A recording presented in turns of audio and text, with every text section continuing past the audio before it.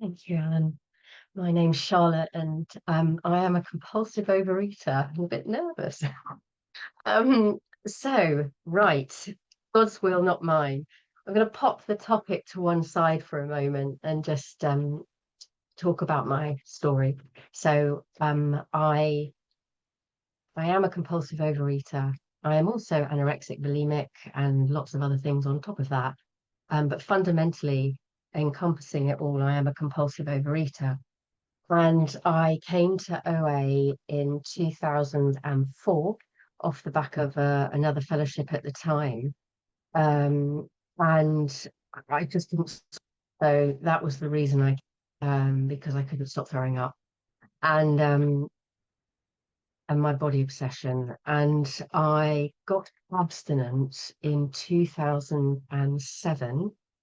November 3rd, 2007 is my abstinence date. And I've been abstinent ever since. Now, I did have periods of abstinence. My story is one of relapse in the first 3 years of OA. I just couldn't get it. And I thought I'd just share a passage from the big book, A, because it grounds me, and B, because it saved my life. I really do believe that, and also disclaimer, this is my experience. I don't speak for OA as a whole, and I really do respect that it's not one size fits all in OA. So this is what has worked for me for the last, I think, nearly 18 years. And I do the same thing that I did in the first year of abstinence today. And that's a miracle for a compulsive overeater like me. I eat 3 meals a day, nothing in between. I have particular allergy foods that I have discovered through doing my step one and looking at my binges, which was really painful. And being explicit, it felt very vulnerable. And this is the bit, I found this bit groundbreaking. I'm going to read from the big book of Alcoholics Anonymous, and it's a passage from the doctor's opinion covering pages XXVIII to XXIX. And it reads, I'll change the word drink to food, but say, yeah, I'll make interjections. Say, men and women drink or binge essentially because they like the effect produced by alcohol, or in my case, certain foods. The sensation is so elusive that while they admit it is injurious, they cannot, after a time, differentiate the true from the false. To them, their compulsive overeating life seems the only normal one. They are restless, irritable, and discontented unless they can again experience the sense of ease and comfort, which comes at once by taking a few drinks or a few compulsive bites, in my case. Bites they see others taking with impunity after they've succumbed to the desire again, as so many do, and the phenomenon of craving develops, they pass through the well-known stages of a spree, emerging remorseful with a firm resolution. That was the Monday morning diet for me, not to binge again. This is repeated over and over and over. Unless this person can experience an entire psychic change, there is very little hope of his recovery. On the other hand, and strange as this may seem to those who do not understand, once a psychic change has occurred, the very same person who seemed doomed, who had so many problems he despaired of ever solving them, suddenly finds himself easily able to control his desire for his binge foods. The only effort necessary being that required to follow a few simple rules. And I read that. I did say I got a sponsor, so this is when you come. I'm sorry if I dart all over the place. I'm on some chemo and it just makes me at times. So bear with.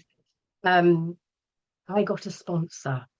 I really recommend it. I got a sponsor and I was helped with a food plan daily in daily morning calls. And I went through the big book and I wrote on the steps using my experience. And I shared that writing with her. And the passage that I've just read, I was asked to write 3 different binge examples and tally it up with this passage, looking specifically at where has the sensation been so elusive that while they admit it is injurious, they cannot after a time differentiate the true from the false. And then look at my restlessness, irritable, and discontentedness. I used to comfort eat from the age of about 4. I used to binge a lot and I used to purge when I got to the age of about 14. I then found amphetamines to control my compulsion to eat when I was about 15. And I stayed on sort of, um, narcotics for all of that time as a diet pill. I was using that up until I went into rehab at the age of 23. And it says here the sensation is so elusive that while they admit it is injurious, I really understand now why step two has the word sanity in it. And I really looked at what it was to be insane. And when I compulsively overeat, I'm not a normal eater. I do not eat like normal people when I need this program to help me digest food. And I used to harm myself with food. I used to eat and eat and eat and eat, even as a child, until I couldn't breathe. Um, and I had terrible body obsession. And then probably from the ages of about 10, probably about 10, my life was a diet until I got abstinent because I had this idea that I had to be thin to be acceptable. I had to try and lose weight every morning. And now in my step one, even 18 years into abstinence, I still have to work my step one and ask my higher power each morning in my, abstinence to hand over my body obsession. And I can't hang out in mirrors. I'm a great one for looking in mirrors and looking in shop windows or car windows, the body obsession. I have to really hand it over every day. So I came into OA.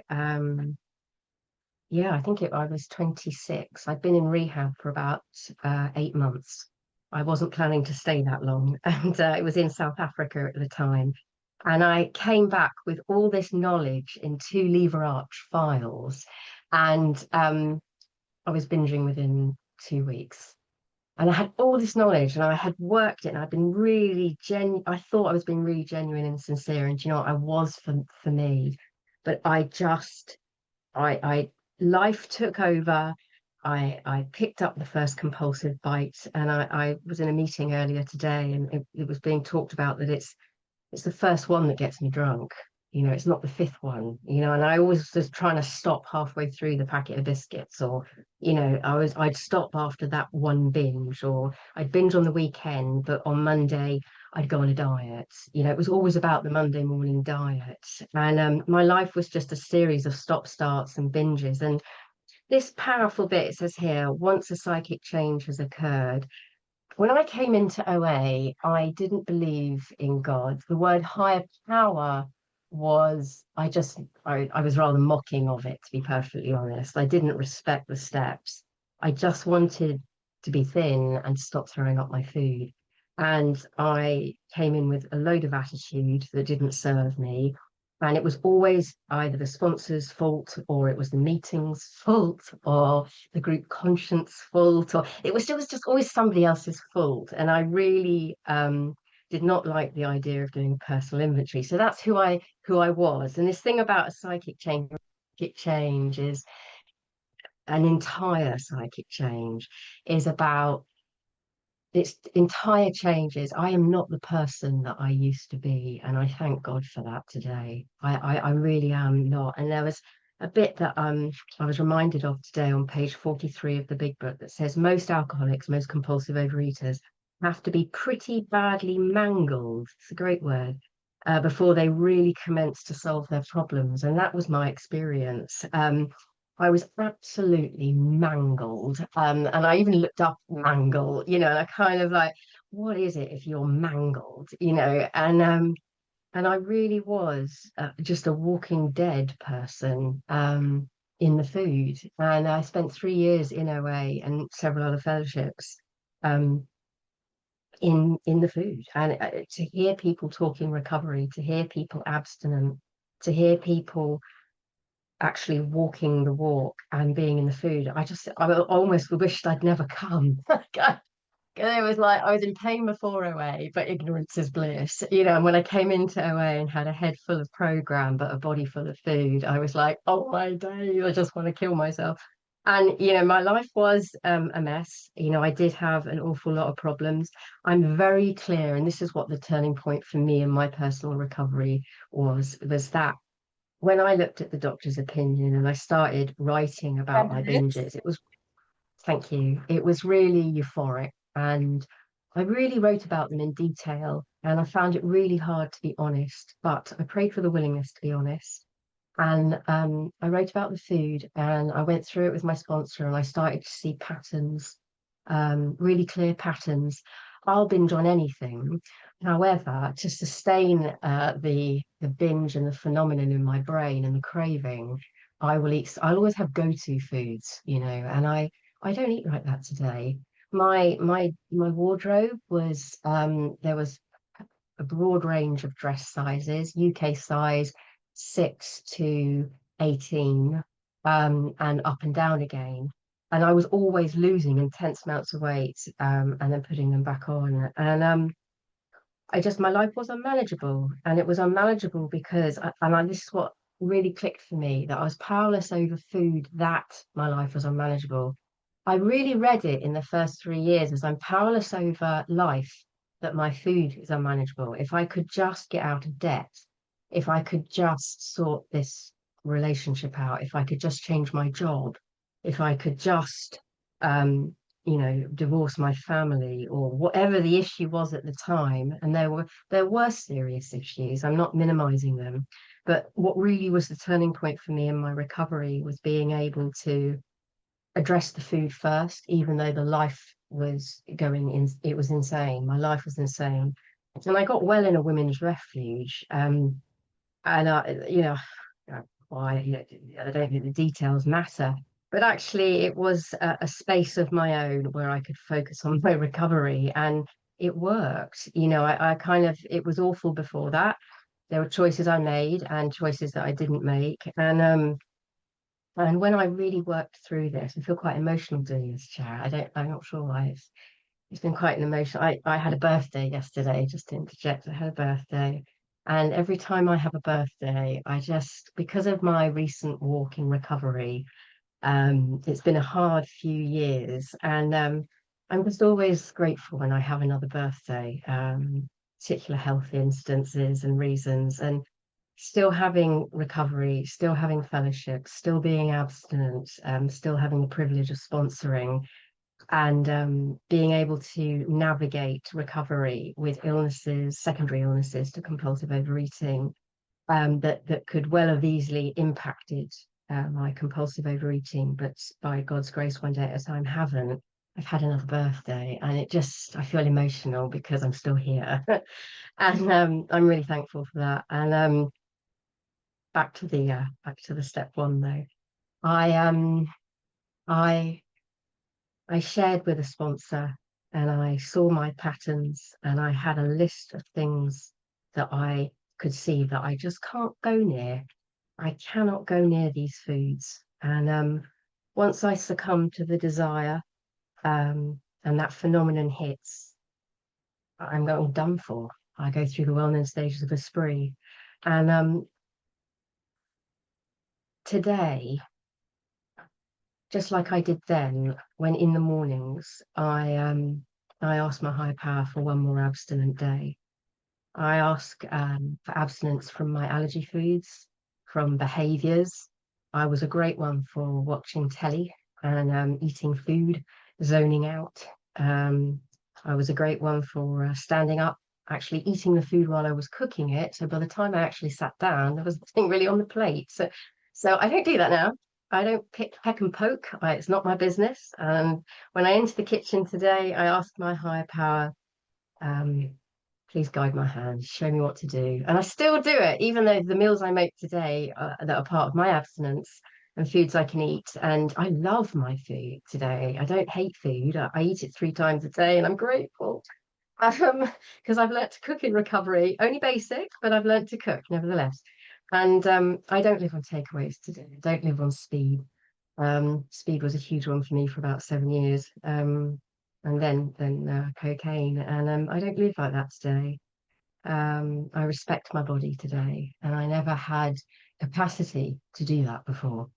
I'm not in debt as a result of recovery, and I've paid off my step nine financial amends, and the last one was paid 7 years into abstinence by default, actually, It was unexpected. I came into some money and I really didn't want to pay off the amount. Didn't want to pay it off, anything like that. I was thinking of all these things I could do, and I did pay it off. It was a big wad of money, and yeah. So anyway, I this high power thing was a real block for me. I don't know if anyone else has had that experience, but it was a real major block. And I was told to act as if, fake it to make it, and trust the process. I thought, okay, that's really well for you. And I ended up with all these post-it notes just literally littered over the door in this safe house. And it like trust the process. And I was like a robot. I was not feeling that pink cloud or anything. My life did not feel quote unquote spiritual, but I had post-it notes and they were my higher power. And I mantraed them off every morning along with these step prayers. And I didn't pick up. And that was a miracle. And even though my feelings are a really important part of my recovery, I cannot allow them to define me or my choices. Um, because I will end up in bad places. I am to feel them because that's the privilege for me of being human. And I had tried to stuff them down for many years. I could really see from the evidence, and my life is about evidence today, not necessarily what I think or what I feel. And that, I do assess things. I'm not just totally, blasé about things. I write about them. If I'm going to make big changes in my life, I will call people. I've got a great support network in recovery and a great sponsor. I've got great previous sponsors. I've had different sponsors. I have the same step one today, the same allergies. Certain foods have had to change due to health conditions. Um, and I'm grateful that I know I'm crazy. And that's a real stepping stone for me. So yeah, I have been restored to sanity. I'm not cured though. I'm recovered just for today. And in order to get the higher power thing, I wrote a job description of a higher power, which seems quite arrogant when I think about it. I was asked to do this, and I wrote a list of all these things that I needed. It could have been a description of a boyfriend, actually, to be perfectly fair when I wrote it. But there we go. I went with it. I had 100 bullet points of things that I needed support with. I was really, whatever OCD.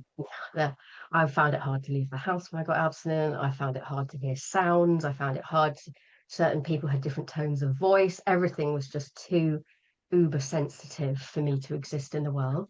However, I'm still here and I've been helped through it by this program, immensely by this program. I really need you, and the steps have the word we for a reason. I cannot do this on my own. I really can't. This is life and death for me. It's not just about finding a good food plan and a good sponsor and off you go. It really isn't. That won't keep me abstinent. My meetings are fabulous, but they alone won't keep me abstinent. It is a group and a God job, and I'm very clear on that. And I do believe that I did believe that I needed to be restored to sanity, and today, this morning, I still needed to be restored to sanity. So I asked. My first ever Step 3 prayer was on Clapham Common in London, UK, because I went to my home group was there on Clapham Common, a church, and I did Step 3 there, and I did it with a carrier bag um, half over my head. My sponsor had one as well. I think they might have been Waitrose bags because it was pouring with rain and I was under this tree, but I wanted to be with nature. So she did it. She did it. And I sat there reading a Step 3 prayer and I was so grateful. I read the one that was in the book. I did try to change it. But then after 3 weeks of preparation, I just ended up with the same one in the book because I drove myself mad. And I just needed something to help me work steps 4 through to 9 to see what would happen. And I needed to know that something had my back. And yeah, from there I wrote Step 4, and I did a column a week, and that really helped me because it boundaried the amount of time that I was like in my despair. And I really, that it says here, the very same person who seemed doomed. And Step 4 for me was where I purged my doom. I resented everyone and everything. And I had a way of releasing that through step 5. I had a patient sponsor who sat there and listened. And again, more patterns. So suddenly, after like hundreds of resentments, 5 hours into this step 4, the same things started to transpire around my behaviors. I Sorry. found it very hard. Is that my 20? Yeah. Yeah, thank you. I found it very hard to believe that I was capable of being selfish. I really did. I laugh now, and I sort of just think, yeah, I find it really hard to believe that I was capable of being selfish. Dishonest, yeah, just about. Self-seeking, definitely not. And fearful to the core. And I really worked on it. And I think the point for me was that this thing about, I don't know if you say it in I think we do. How?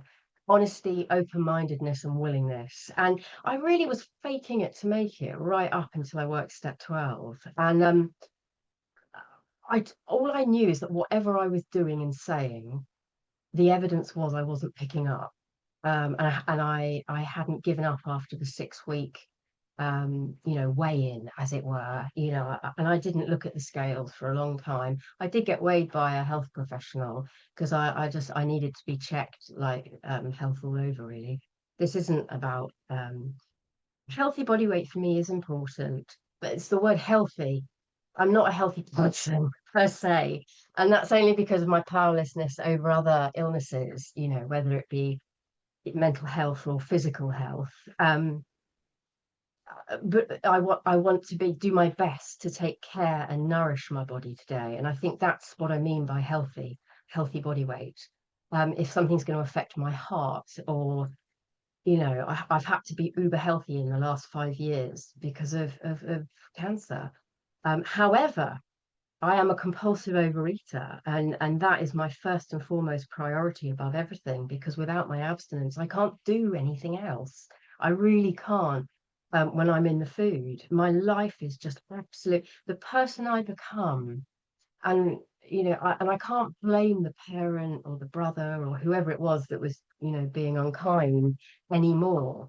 Recovery has taught me that I can't stay a victim. I really can't, because I will end up in the food and a victim, and I've got two problems.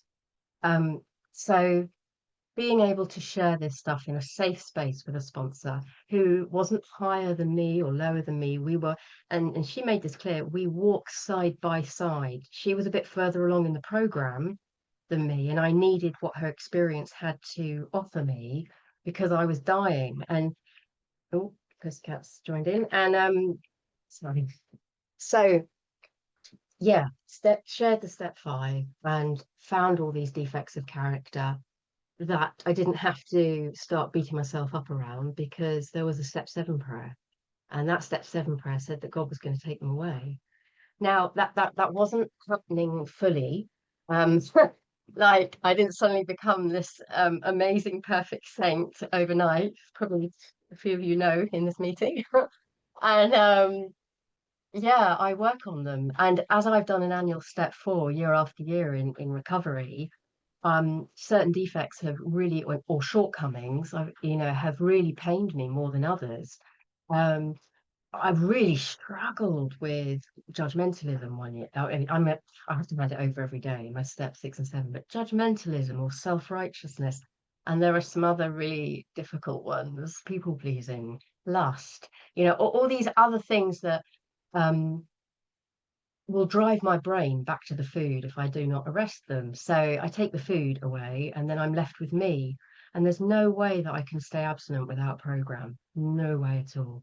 It's just another diet, and that did not last for me. My life was a series of stop-start diets. I started my first one on some kind of shake with my mum when I was in junior school. So it was just a crazy life. And today it's I'm very different, and I've stopped. And I've recently seen this in the last few years. Is that just because Charlotte is abstinent and clean doesn't mean everybody else has to be. You know, my family don't have to be in recovery just because I am. They don't have to be, friends don't have to be this just because I am. And equally, my they won't get recovery through osmosis because my recovery is so amazing. And I have to hand that over every day. It's a real struggle. I'm like, why aren't they getting well? Kind of like it's nothing to do with me. And step 12 is such a gift for that. Being able to, the privilege of working with somebody else and walking with them through this program, because it's not about me. I've had to, in the beginning days, as I've had to look at it's not, they're not sponsees aren't an identity badge. It is we're there to be a channel, servants, not governors. Servants of God's grace. And I really believe that today. And to help somebody else in this program, there's nothing like it. Being, I'd never known anything that was selfless. Everything I ever did was for money or for a payoff of some kind. I couldn't just do something without expecting thanks or without expecting something. Expectation does lead to resentment. It's really true. And my serenity is inversely proportional to the level of my expectation. And that's from the big book, paraphrased. The more expectations of something, the less my serenity because things aren't going my way. And that's why I think the step 10 process is so brilliant. I skimmed over 8 and 9 there, so I'm just going to go back a little bit. So I'm having this prayer where I can work on my defects each day. And what my experience has been, I don't know about other people, but they've got less. So I've got better at handing them over. I've got better at not acting out on them. And if I know certain situations trigger me and my defects come out even more, first of all, I make sure that I've said my prayers, I've done my abstinence. I haven't got to step 11 yet. Um, but I remove myself from the situation. So family gatherings, I often am in the toilet saying a little prayer, just say, thy will, God's will, please, not mine be done. There we go. Bring the topic in now. God's will, not mine, be done. And filter Charlotte. Have a filter. Kind of like filter Charlotte. Remember the boundary because I will react. And the other day, I stopped reacting in this particular situation, and my head was just motoring away, saying everything that just wasn't coming out my mouth.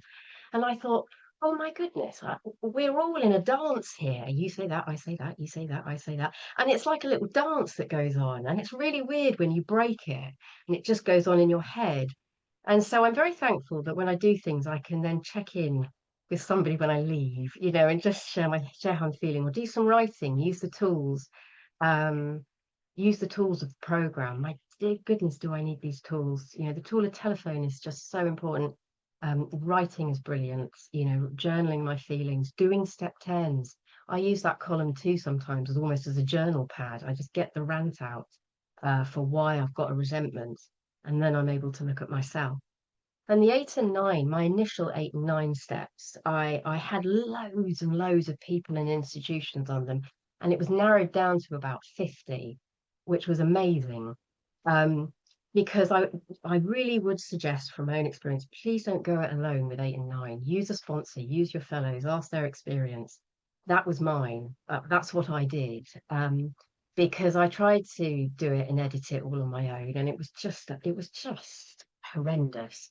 And I did it with a sponsor, and it was so clear what intentional harm have I done? Be it indirect, direct, living, whatever, ongoing negative behavior. And I think today the main thing I work on is my ongoing negative behavior in certain situations, and the willingness I may have to change in that situation. And I get better over time. But with my original list, it was broken down into direct amends. Some people had died. My granddad had, um, and I was really sad about that. His funeral, I was in rehab in South Africa, and I never got to go. It still makes me teary today. It's like he was such a he was a good friend, and yeah. So I did some of these directs, and I really didn't want to do some. I did want to approach ex-boyfriends, I have to say.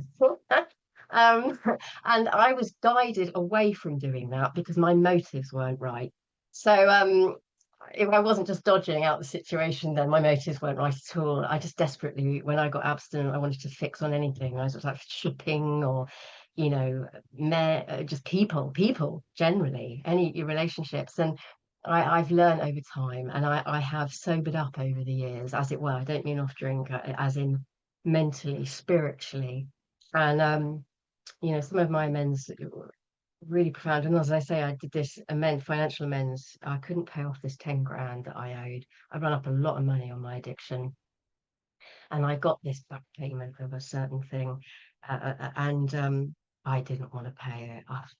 I wanted to go on holiday, or I was like, oh, I could do Open University, or and it's like these things are all really lovely things and part of recovery, but I owed this money, and I hadn't been able to save it through my particular circumstances at the time. I was very poorly when I got abstinent. It wasn't a happy experience, but it was a That's well one. time. Is that my time? Yeah. Finished? Yeah. Okay, so I'll just finish it off with this sentence because it's the most important one, I feel, is that steps 10, 11, and 12, they keep me going.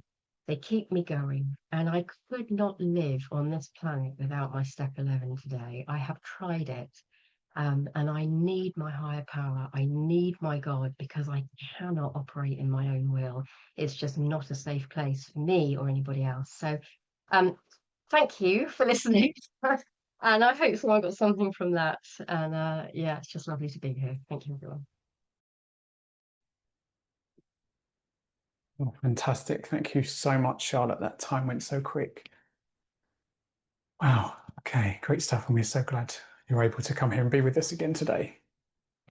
Okay, so I've posted, the chat is now available for you to send me your questions. I know chat has changed, so if you want to message me directly, you can do that by clicking new chat and then send that to me privately, but I've opened the chat for some people in case you find it difficult. Okay, so the Q&A section will now be open. Obviously, it will also be recorded, so obviously you won't be able to unmute, but if you want to ask a question, please post it in the chat. And we will keep the chat open until about 25 past the hour. Okay. So we've had a question already. So thank you so much, Charlotte. It's always amazing to hear you. What does your step 11 look like today? Thank you, whoever asked that question. I kind of ran out of time on my chair. On my share. What does my step 11 look like today? So in the mornings, I do my Big Book prayer, but I also have my own step 11 literature. I do have a relationship with a higher power today, and a faith of my understanding. I never had that before. I check in with God in the morning. I do have a daily reader that I use. It's not an OA one, so not appropriate to share here. I have a daily reader, and I use that in the mornings.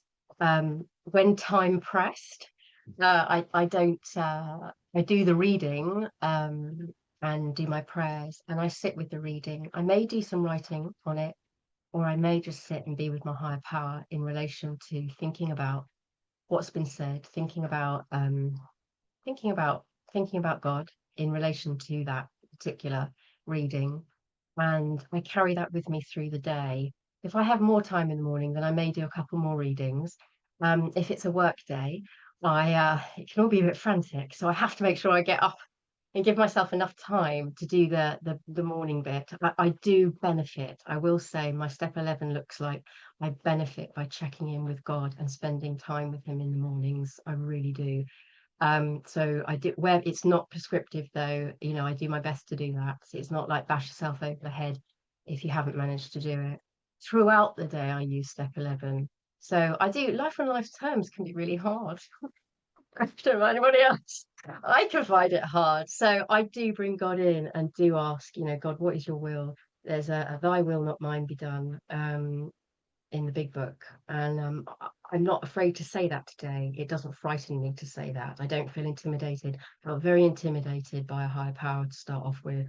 Didn't feel safe, had no level of trust. And so step 11 today, my prayer and my meditation looks like that. And throughout the day, I like to go for a walk, and nature is part of my step 11 as well, massively. I went up a mountain this summer. So I'm going on a bit. Is there a time limit on this? So I went to Andorra, which was a miracle. And I went up and I saw mountains, and I was just awestruck. Awestruck. I'm usually a sun lounger person, like a beach holiday. But I went up a mountain. So part of my step 11 is to do with connecting with God through the awesomeness of this world, and creation. And I love clouds as well. Um, yeah, so I could go on, but I don't. Are these restricted answers? Because I don't want to go on. I could go on about step 11 most of the evening, but yeah, end of day as well. Step 11. Forgot about that. Yeah, so I check in with God at the end of the day, by reviewing my food first off and sharing my food with my higher power. I used to share it with my sponsor. If there's any issues with my food, I take it to a sponsor. But I check in with God at the end of the day, and do the prayers in the big book as well. And maybe a short prayer that comforts me. Comfort's important. Yeah, I'll leave it there. Great response. No, it's always good because the questions give you time to fill in the bits that you forgot to say or didn't get time to say in the main share. So it's absolutely fine. Okay, next question. Thank you so much for your heartfelt share. Has your connection with your higher power changed over the years? Yes. So being a person who came in, I mean, I said I didn't believe in God when I came in. I hated God.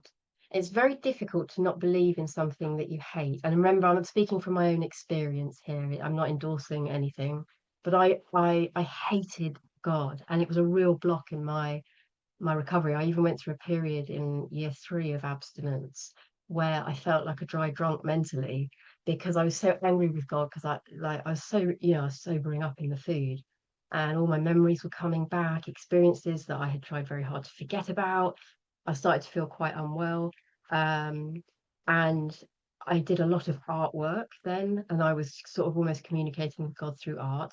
And then I did poetry, and then I realized I could just sit down and talk to God. I, when the anger started to dissipate, because obviously, it says in the big book, anger is the dubious luxury of normal men, people. I can't afford to stay angry in this program, even at God. God can take it. Like I've learned that my higher power has my back, and I think that's what I started to learn, and that's how my relationship evolved. I was told that in the early days that step 11 and prayer was speaking to God, and meditation was listening.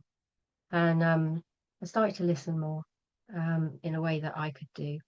Um, and I found I went back almost to childhood, and was quite childish, almost childlike with my higher power, um, and it really helped. And I used a lot of color in everything, and it really lifted me. And in that sense, I was asked to get a God box as well. I was so skeptical about it, but I literally, every suggestion, I rolled my eyes. I was so grateful for the telephones. You couldn't see me, but when someone's rolling their eyes, I swear you do. I was like, oh my God. I thought this is I thought my first sort of week of abstinence, and I was suggesting, I know I wasn't on step 11 then, but the God box was an early suggestion. So I got Lola back. So my first I've lost the plot now. So yeah, a God box, and I thought this lady was insane. I was the one that was in the food. She'd been abstinent for 3 years, and I thought she was insane. I thought, what's she asking me? So anyway, I went off and got a box and just put God box. There was nothing pretty about it. But as I started to thaw out, it started to be a little more kinder and gentler. And I started to lift. Like I don't. When I was in the food, I looked down at the ground. I used to look at my feet. I was terrified to look at people down the road. I just didn't want people to know I existed. Um, and when started to get abstinent, I just sort of, God helped me to look up, and I started to see the sky. And then I did the gratitude list. I started to really feel it, if that makes sense. So that's how my relationship evolved. I don't quite know where I'm going with this. Um, But I started to feel the gratitude. It wasn't just faking it to make it, or just plonk, plonk, plonk, plonk. She said this, I do that. Keep your eyes on your own plate. All right. And that's kind of what it was to begin with. And I thawed, I suppose. That's how my relationship with God has changed. I thawed. And I've realized that my higher power can be all things to me. Um, Not just, doesn't have to be one dimensional. What do I mean by that? I can talk to my higher power as a friend, or I can be less formal or more formal, or ask someone to help me with my step 11. Sometimes I have done that. I think other people, I used to ask people a lot about their step 11, and share step 11 with people. And that was really comforting. And that helped me to grow in my relationship. But there were periods where it was really dark. I won't lie about that. There were periods that were really dark. But the important thing is that God didn't leave me. Even though I thought God had, or higher power had, I felt really barren at times in my recovery, and it was my process. And today I check in with God every day, morning, evening, whenever it's needed, at work, help, and especially in the kitchen when I'm around food. I'll leave it there. I hope that wasn't too long. No, great answer. Thank you. Okay, next question. Thank you so much, Charlotte, for an inspirational share. How did your financial amends help or change your recovery once you made them? Obviously, within the traditions, bringing it back to food, but holistically, as you Yeah, touched on. sure. So I didn't use any. I used so when in my first year of abstinence, I when I got to step 8, I had to list all my financial amends and break them down. And I owed thousands. I owed thousands. My addiction had got me into a lot of debt. Um, there was a lot of dishonest stuff that had to be addressed. Um, I had stolen a lot of money. I had committed a lot of, different things that just weren't who I was. Um, and I did a list with my sponsor, and oh, for sponsors, I do thank God for sponsors. Um, I did it honestly. I didn't have to steal off anybody else to anybody else. And I don't steal today. I mean, that is a miracle. And I don't. I don't steal. I'm really, really grateful that I don't have to do that. Or choose to do that. And I did the list of financial amends. I wasn't working. How do you make financial amends when you're not working and you're skint? And that was the question. And God supported me. I started with a jar, um, which I put coins in, and I had this list. And bearing in mind, I owed thousands, and I started to save money. I found that when I did an abstinent food shop, yeah, and I stopped smoking as well. I was on these dingy roll-ups by the time I couldn't afford cigarettes anymore. And I started to save a lot of money through not being in my addiction. And then this money was transferred. Um, I didn't, I was careful. I did a budget. I actually used an outside agency to help on the more formal financial things that had consequences to them, that could have involved the authorities. So I actually got an outside debt company to help me. It was a charity, and they helped me until I could pay it for myself. And I think I used the tools that God gave me and the resources that were around me at the time. And I think the biggest thing was willing. There's a great section, on step 8. It's actually a really long step 8 is the longest sort of, it goes through pages and pages of different types of amends. And then there's this financial bit.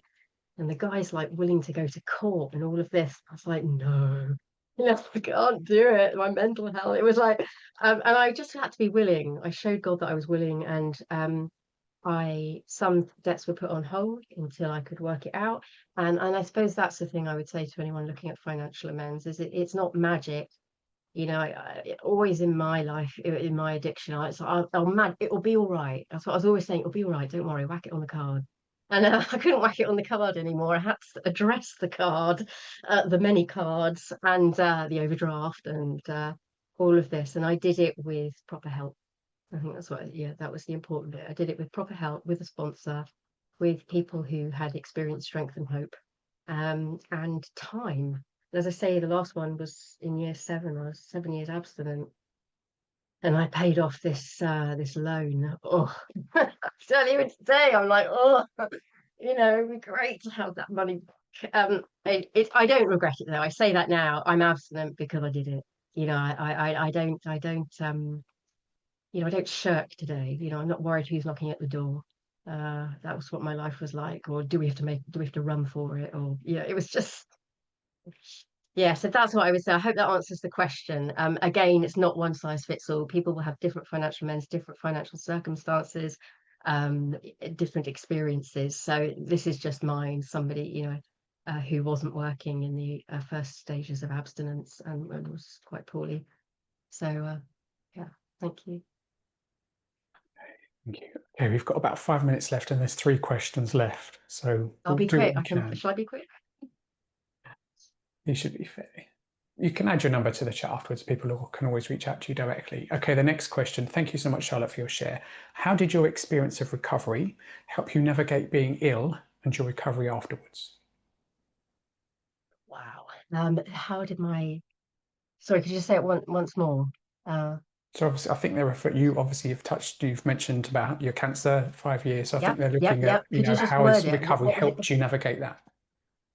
Okay, so and yeah, I've had a lot of health issues throughout the whole of my abstinence, different conditions, but the particularly prominent last one. So I was diagnosed with cancer in 2020 in lockdown of all times. I managed to go into remission with that in 2021, and then it came back again in 2023. And it's amazing because I had to have the full works and everything, and I'm still on. I've got the, my hair's grown a bit now. My recovery was the thing that literally kept me alive through it, not the treatment. And I think I did in lockdown, I did an awful lot of service above group level, or whatever the hierarchy is in OA, below group level, sideways. And I was doing service that I didn't even know what I was doing. I was a Zoom tech organizer or something. I can't remember what the name of it was, on an intergroup with another fellow, dear fellow, and she was the techie one. I was just along for the ride, and did the admin, and I was up all hours. So people were emailing. Everybody needed a Zoom room. Lockdown was sitting. It was all like really manic, and I was so sort of overwhelmed at the time that by lockdown, not by the cancer, I hadn't been diagnosed yet. I literally had meetings every single day for about 8 months, and was doing tech stuff and editing stuff and monitoring stuff, and every time I turned up I prayed, and God's will, not mine. I had no clue, but I just threw myself in because I knew I wouldn't make lockdown without it. And then suddenly it all stopped and it all started opening up again, and I had no service position. Then I got diagnosed. And I swear it's like an insurance policy. It is just for today. Don't get me wrong. I'm not changing the wording of the big book. It is just for this is a daily reprieve. But I had so much banked, and so where I would have gone into the despair, and don't get me wrong, there were periods when you're looking at mortality and things like that. There are days, but it is just for today. And just like I'm powerless over food and powerless over cancer, I'm not stoic about it. I do get a bit, you know. Um, but then when it came back again, I'd moved to Somerset, so I was far away from what was an established support network I'd been using before, and I had my higher power, and I had meetings, and I'd learned how to do online meetings, and I had a food plan, and I took my OA recovery to the clinician, and I said, look, it's not going to work for me to do X, Y, and Z. We need to find a way to work around this, because I just know what I'm like eating. I can't eat 10 times a day, or just snack 10 times a day. It doesn't work for me. It won't work. So I was very clear with them, and they really, I have to say, worked with me. It was that important to me. They've worked with me. And I have had some very low days in the last couple of years. And there was one day in particular, I haven't wanted to binge, but there was one day when I did, and I rang a friend in recovery, and I said, "Oh," I said, "I can't do this anymore." And I said, insanely, I feel really sick, but I want to eat. That's the insanity of this illness. I feel really nauseous, but I want to go on a binge. And she said, "When's your next meal?" And I said, "It's in an hour and a half, and I just can't do it." And she said, and she just let me share, cry, get through the feelings and move on, have an abstinent meal and move on to the next one. Now, I know it doesn't work like that for everybody. This isn't an advert for cancer or anything like that. I think what the point I'm trying to make, and did I have to miss a meal one day because I was so poorly, not through my own doing? Yes, yes, yes, yes.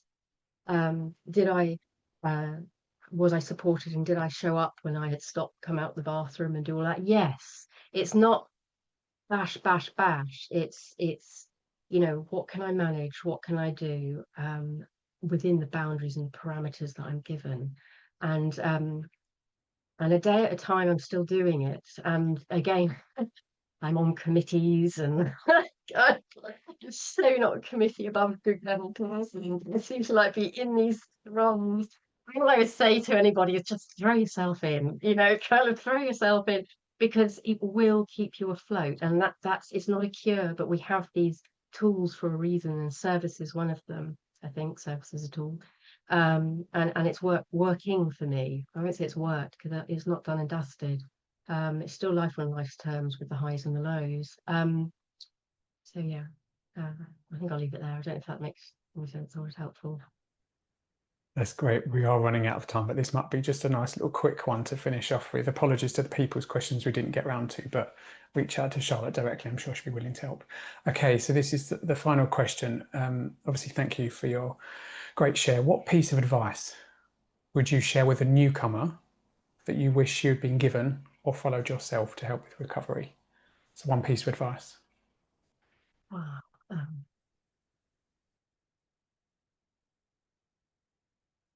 Advice that I followed, that I was given. Do you That you mean? wish you'd been given, perhaps. Do you know, I'd say that everything I have been given, I don't wish for anything to be any different.